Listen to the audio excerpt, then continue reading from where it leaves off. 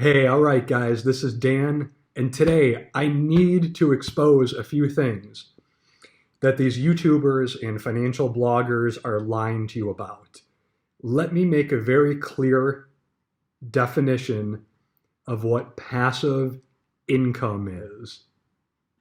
So let's get into it. Passive income, it's money that flows in either monthly, quarterly, or in regular intervals without having to put in any work to get it, any considerable amount of work. They used to call it mailbox money. Once a month, you walk to your mailbox and you get your check, and then you have to drive to the bank and cash it. But that was before the internet.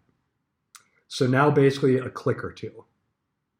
So let's go over, I wrote a list on a couple things that are passive, okay? Dividends from stocks and bonds. Every month or every quarter, you sit there and you click a button and the dividends go from your brokerage account to your checking account. That's passive. You don't have to use any effort. You already bought the stocks and now you're receiving dividends from them, right? Simple. Licensing products. So if you're driving down the road and you see those reflective strips in the highway,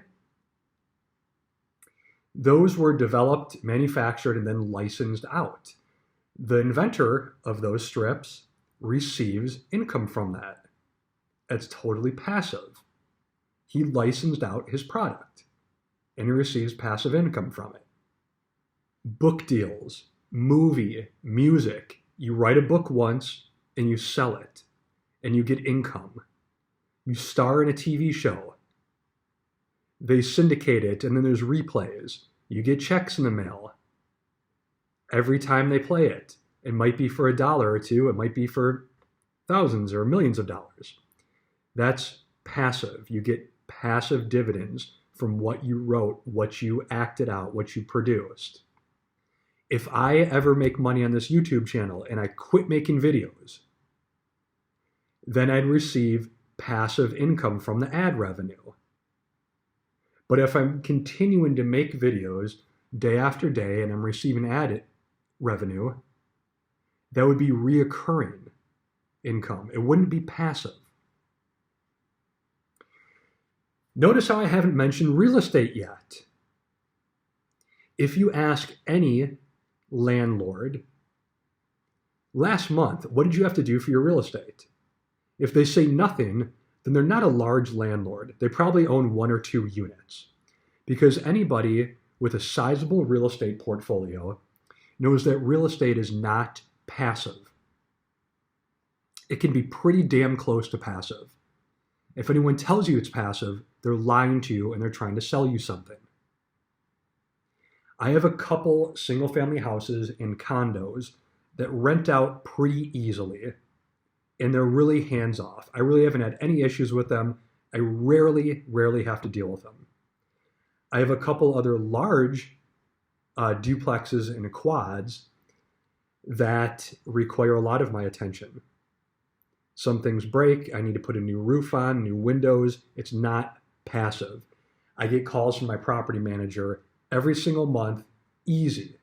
Usually once every week or two. There's always something. Residential real estate is rarely passive, on a large scale especially. A type of real estate that can be passive is buying land and just renting it out to a farmer. All you have to worry about is that farmer sending you a check every month. If he does that for a full year and you never have to talk to him, that's passive.